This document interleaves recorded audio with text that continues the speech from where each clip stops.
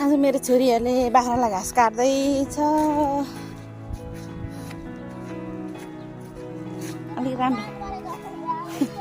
अलिक राम्रो काट्नु।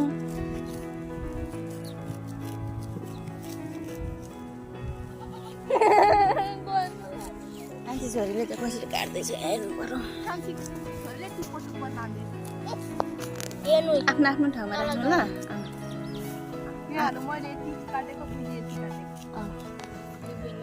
आफ्नो आफ्नो ठाउँमा राख्नु अनि अहिले बाख्रालाई दिनु। मेलै मारी थोरै थोरै समातेर काट्नु ल।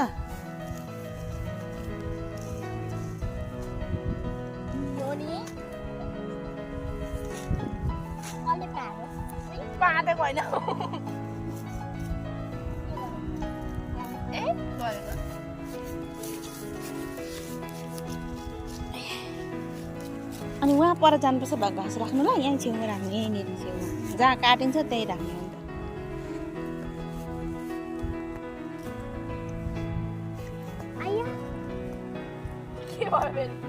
ए उल्टो हातले पो रहेछ त नि।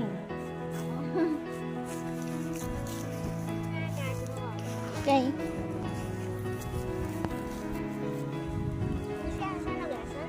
हात काट्छ नि फेरि।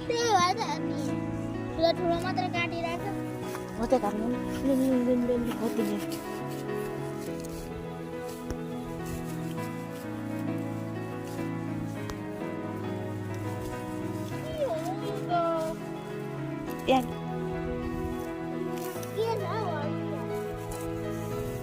अड्किँदो रहेछ घाँस काट्दा।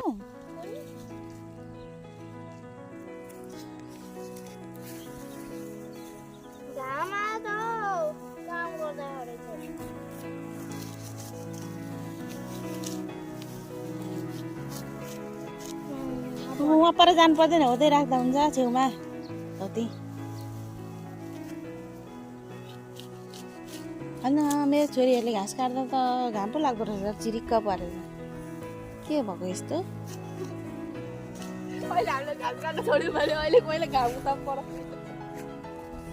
अनि कुन कट हो यो घाँस काट्ने पनि? अगाडि र पछाडि लाइन लागेर काट्नु पर्दो रहेछ नि।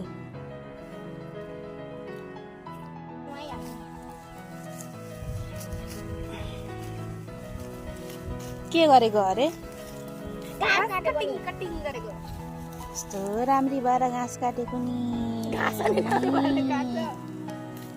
काम पो गर्दैछ मेरो छोरीहरू त।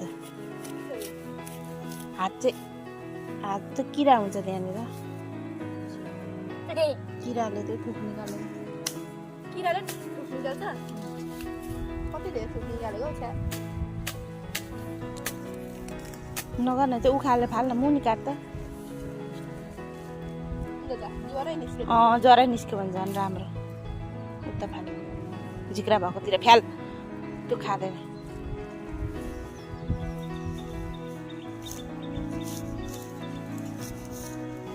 यो चाहिँ अनि हाम्रो खोर्सानी बारी। खोर्सानी पनि फलिरहेको छ। के छ हाम्रो भेन्डी पनि पो फल्दो रहेछ। अब बैगन पनि फलेको रहेछ।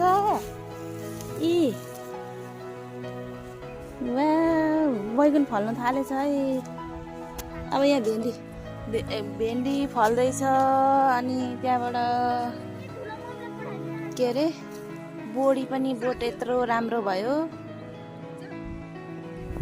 अनि यहाँ मकैबारी पनि छ।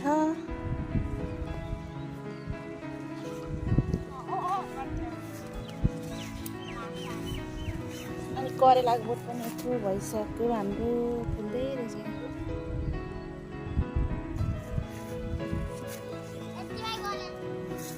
गलिहालेको काट न बाख्रालाई पुग्ने गरी।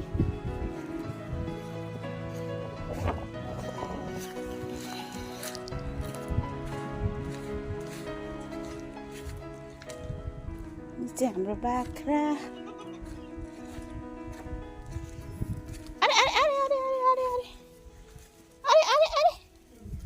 ल